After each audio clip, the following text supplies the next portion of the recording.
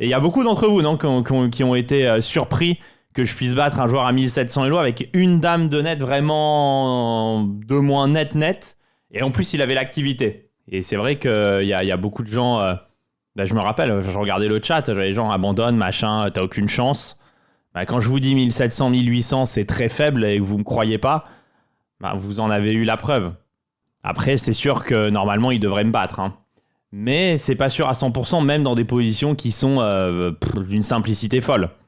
Il y avait des vidéos d'Absol où il joue contre toi au MVL avec une dame de moins et ça paraît vraiment pas simple pour vous. Ouais, mais en plus, les parties d'Absol ont commencé dès le premier coup avec la dame de moins. Là, le problème de la partie contre le 1700, c'est que la position, elle était très ouverte. Donc en vérité, la position était complètement foutue. Est-ce que tu penses que n'importe qui commence à dos et travaille énormément peut devenir grand maître ? Non.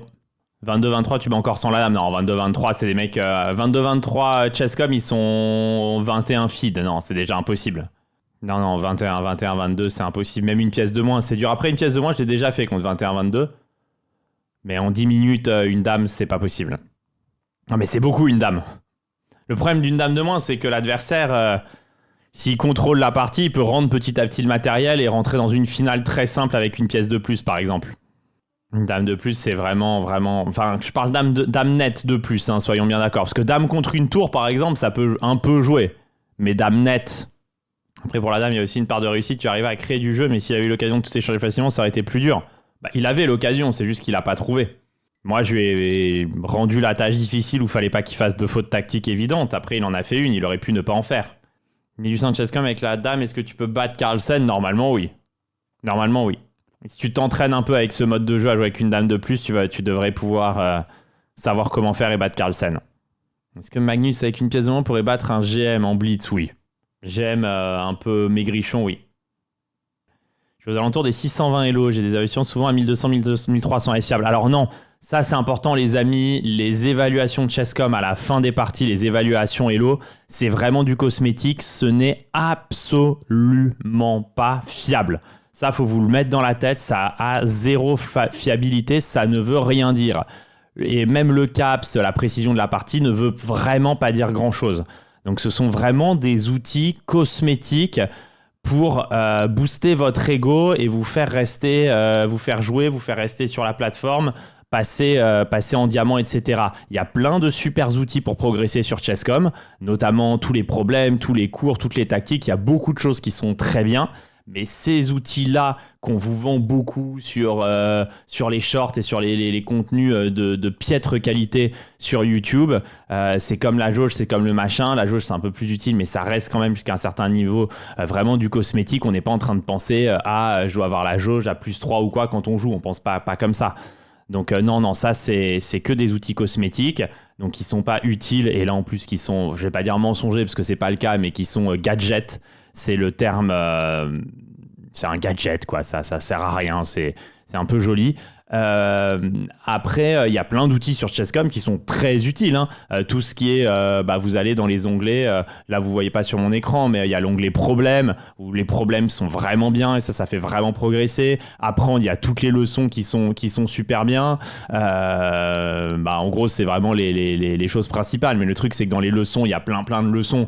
Donc il y a des centaines d'heures de contenu à regarder. Dans les problèmes, il y a tout un tas de choses à faire et les ouvertures aussi. Il y a les bases de données, il y a les machins, il y a l'outil pour analyser ses parties qui peut être bien quand on progresse un petit peu. Les analyses de parties, on peut les regarder. Voilà, il y a tout un tas de choses. Mais après, le cosmétique, malheureusement, c'est fait pour un peu faire plaisir aux amateurs. Mais c'est dommage que c'est les choses que les amateurs regardent le plus alors que c'est les moins utiles. Alors qu'il y a plein d'outils utiles. L'entraîneur de finale est très bien aussi sur Chesscom pour s'entraîner dans les finales. Non, il y a beaucoup de choses bien. Mais malheureusement, c'est pas ce que les gens utilisent. Je trouve les problèmes incroyables pour comprendre comment tourner une partie à son avantage. C'est précieux, c'est priceless. Ah oui, les problèmes... moi, je vous ai dit, quand j'ai vraiment... à un moment donné, j'avais un certain niveau, déjà un bon niveau. Mais à un moment donné, quand j'ai réussi, quand vous me voyez jouer assez vite, calculer assez vite, voir les tactiques assez vite... vite. Pour ce que vous pensez en fait par rapport au top, je suis assez lent, mais on va dire pour le commun des mortels, c'est très rapide. Ça au-delà du talent naturel, je l'ai obtenu en faisant vraiment 2-3 heures de tactique tous les jours pendant des années.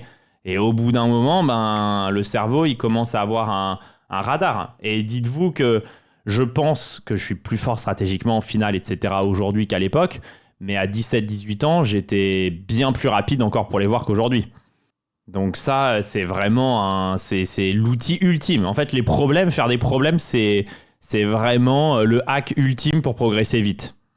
Car on fait vraiment 2-3 heures tactiques tous les jours. Bah ouais, mais... Enfin, je veux dire, top 200 monde sur Chess.com en blitz, quand même. Faut pas... Enfin, tu vois, c'est pas en faisant des allers-retours avec le SGEG que j'ai réussi à avoir ce travail de fond. Enfin, c'est obligatoire, en fait. Il y a un moment donné... faut passer par là. C'est pas venu tout seul, quoi. Enfin, il y avait des aptitudes, évidemment. Il y avait forcément des aptitudes et un certain talent qui est pas suffisant pour être joueur pro, mais qui est plus que le commun des mortels. Mais après, voilà, ça se travaille. Mais j'ai l'impression que les problèmes te font travailler des schémas que tu reproduis quasiment jamais en game, en tout cas à mon elo. Ouais, mais le truc, c'est que si t'en fais 3 heures par jour pendant 4 ans, en fait, le truc, c'est que tu vas voir tellement de milliers de problèmes différents qu'au bout d'un moment, en fait, ton cerveau, il va connecter un peu toutes les tactiques entre elles. En fait, il va faire un genre de... C'est comme un modèle comme Gemini, comme ChatGPT, comme ces trucs-là. En fait, à force de lui en foutre dans la gueule, quoi, à un moment donné, il commence à reconnaître des trucs qui se ressemblent. Ça se fait pas d'un point de vue, comment dire, c'est pas conscient. C'est ce qu'il faut comprendre. Ça vient pas d'une manière consciente.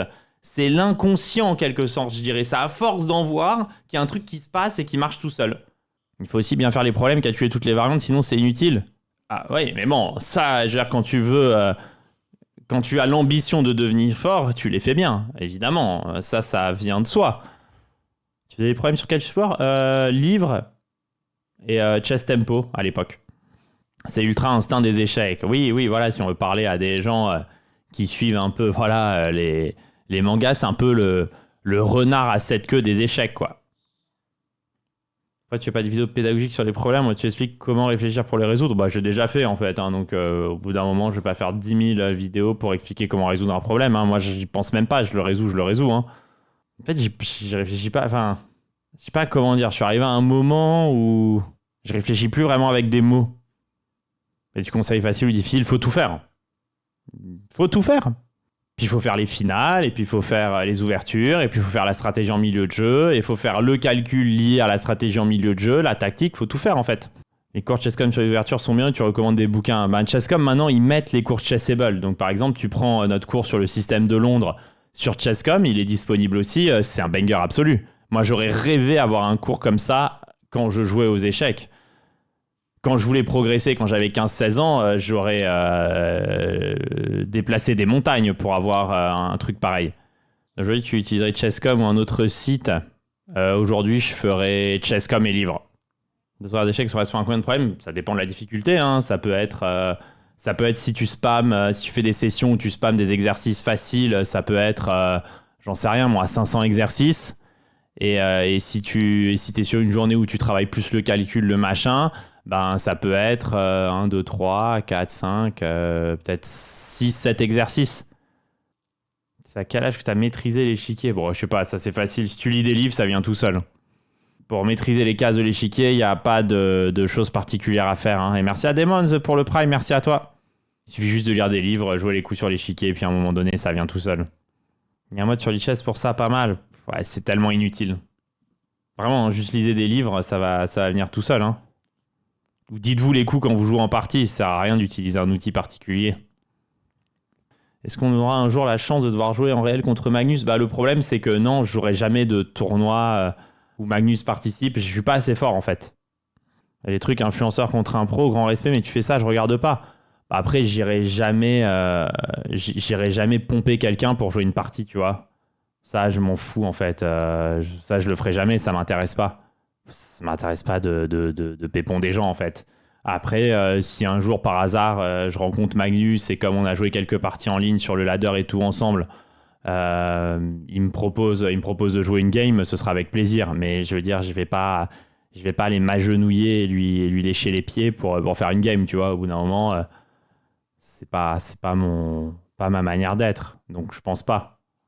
C'est pour ça que je regarderai pas, ça veut dire que t'as trop changé. Après, tu sais, ça veut rien dire parce que Magnus, il a déjà parlé de moi en live. En fait, ce truc, c'est qu'il se rappelle de la grobe que j'avais joué parce que c'était un tournoi, un Title Tuesday, on était tous les deux à 8/8. Et donc, comme il se rappelle de ça, en fait, il se rappelle de la Grob.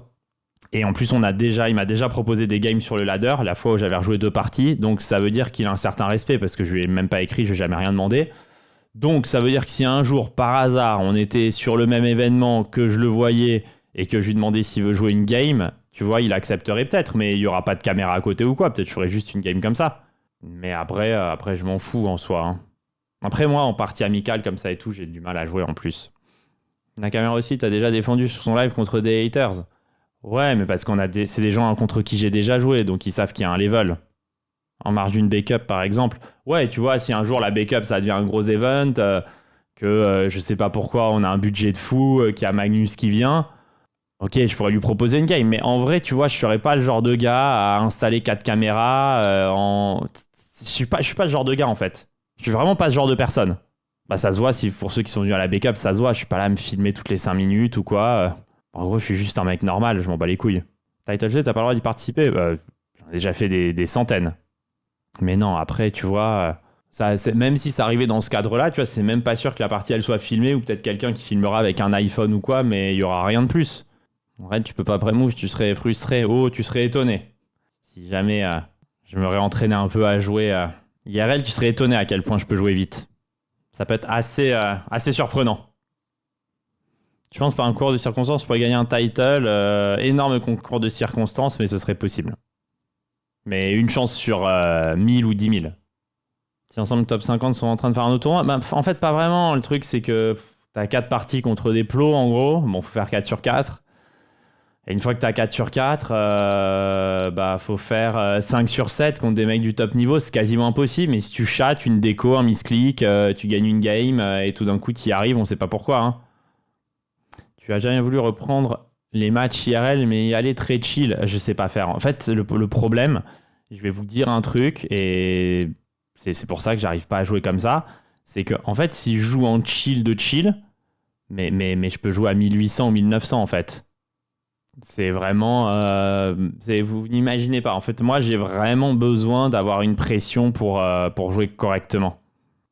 Mais si j'ai pas d'adrénaline, pas de pression particulière, je suis vraiment incapable de bien jouer. C'est horrible. Une pédagogique, t'es chill et tu marches sur des 2000. Bah, j'ai même fait jusqu'à 2004, mais en fait, je suis concentré. Je fais mon contenu. Donc, je fais quelque chose. Mais le problème, c'est que si j'en ai vraiment rien à foutre, j'en ai vraiment rien à foutre. Tu joues mieux quand il y a un objectif, tu dirais. Ouais, je suis obligé. Bah, ça se voit parfois, même quand je fais des blitz sur le ladder, il y a des jours où je joue vraiment mal, parce que de base, j'ai pas très envie de jouer, puis je commence à enchaîner les parties à tout perdre, parce que je m'en fous, et puis après, il y a un moment donné où j'ai trop perdu, et j'en ai marre, et je recommence à gagner, quoi. Mais c'est plus des réactions d'orgueil. Mais en soi, franchement, si j'en ai rien à foutre, plein de gens peuvent me battre. Je joue vraiment, vraiment, vraiment nettement moins bien. C'est comme ça, après, hein. Sur les parties où tu te prends pas la tête, mais tu sais que même là à 1800 en fait je sais même pas si je gagnerais si je réfléchis vraiment pas. Si j'en ai vraiment rien à foutre, je réfléchis vraiment pas. Enfin, vous me connaissez peut-être pas comme ça parce que du coup je joue pas, mais si j'en ai rien à foutre en fait je clique juste les pieds, je m'en fous en fait, mais royalement. C'est assez dramatique.